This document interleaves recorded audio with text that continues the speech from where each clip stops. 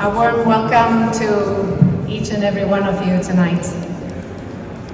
Despite the very challenging times, we thank you for making the time and joining us this evening as we unveil the exhibition that we have just seen, commemorating 80 years since the signing of the Charter of the United Nations. I would also like to acknowledge the presence of His Excellency, Mr. António Guterres, Secretary General of the United Nations, and thank him for helping us formally open the exhibit just moments ago. Mr. Secretary General, your presence here is highly appreciated and lends a very special significance to this occasion as we commemorate the 80 years of this organization. His Excellency, Mr. Philemon Yang, the President of the 79th session of the United Nations General Assembly. As a former Prime Minister of Cameroon and as President of the Assembly, he has brought a sense of purpose and commitment to this role. Your Excellencies, ladies and gentlemen,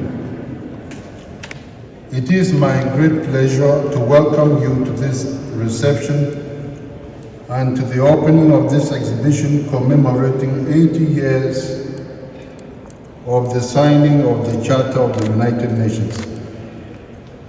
I extend my warm thanks to the generous contributors who made this exhibition possible. Brazil, the Republic of Cameroon, the People's Republic of China, the European Union, Norway, the State of Qatar, Singapore, the United States of America, and the United Nations Foundation. Beyond honoring the United Nations, this exhibition pays tribute to the spirit of San Francisco. There, in 1945, 50 nations came together after witnessing the devastation of 2 world wars.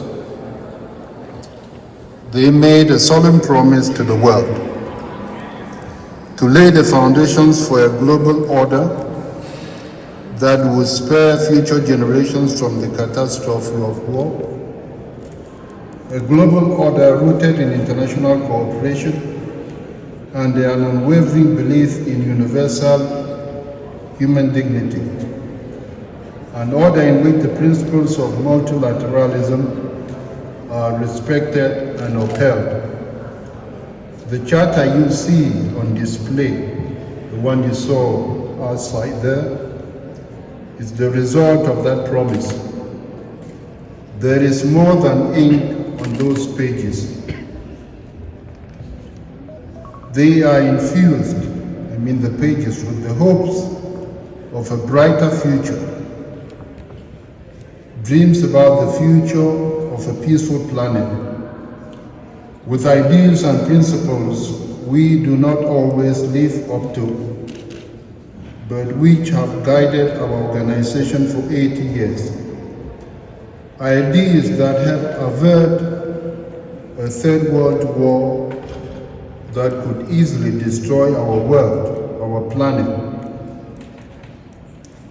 that have reduced poverty on an unprecedented scale and gave us the means to banish it entirely, that have dismantled the structures of colonialism as new nations joined this global family we call the United Nations Organization, that established the sovereign equality of all states, member states of the United Nations, and created a universal platform to confront our shared challenges. For every problem that touches us, this forum, the United Nations, has provided a space for dialogue and diplomacy. That is the enduring value of the United Nations as we know it. And it is precisely that value, the value of diplomacy over conflict, that we must hold fast to even today. We are deeply alarmed by the recent escalation in the Middle East. I call on all parties to engage in diplomacy and pursue dialogue, for only dialogue will bring durable peace. The people of the Middle East need more peace, not more wars. As we can see today, 80 years on, our world remains far from perfect. Our world will never be perfect, but we have an opportunity to do great things for the future. Conflicts, the climate crisis, and the enduring burdens of poverty, want, prejudice, and discrimination persist, unfortunately. And yet, while the United Nations has not carried us to paradise, it has, in the words of Vaccara, saved us from hell. Thank you, Mr. President, for your inspiring remarks and for your call to again come together as those gathered in San Francisco once did. It is now also my distinct honor to introduce the Secretary General of the United Nations, Mr. António Guterres. Mr. Secretary General, the floor is yours.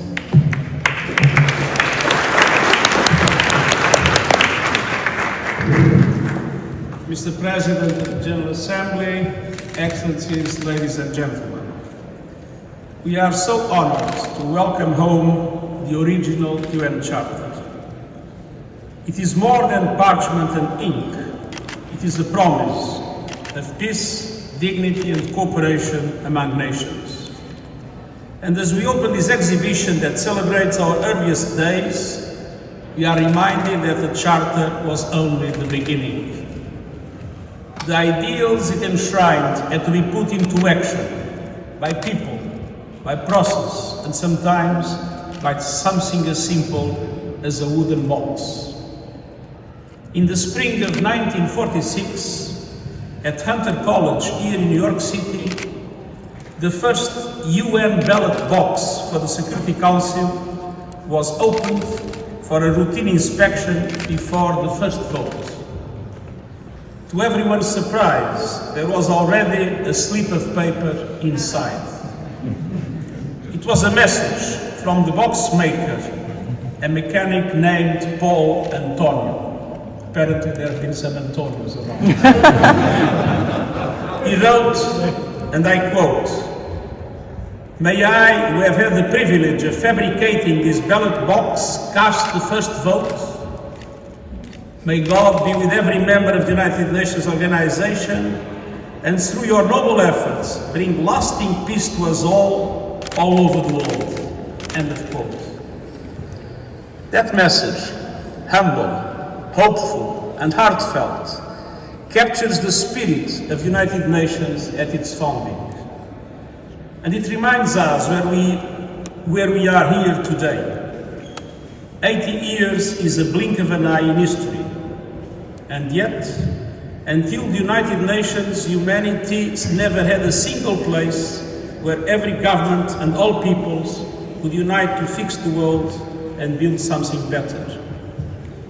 The UN is a living miracle, and the women and men of the United Nations bring this miracle to life every day and everywhere. Forging peace, tackling poverty, hunger and disease, advancing human rights, delivering life-saving aid, and striving to make our organization stronger.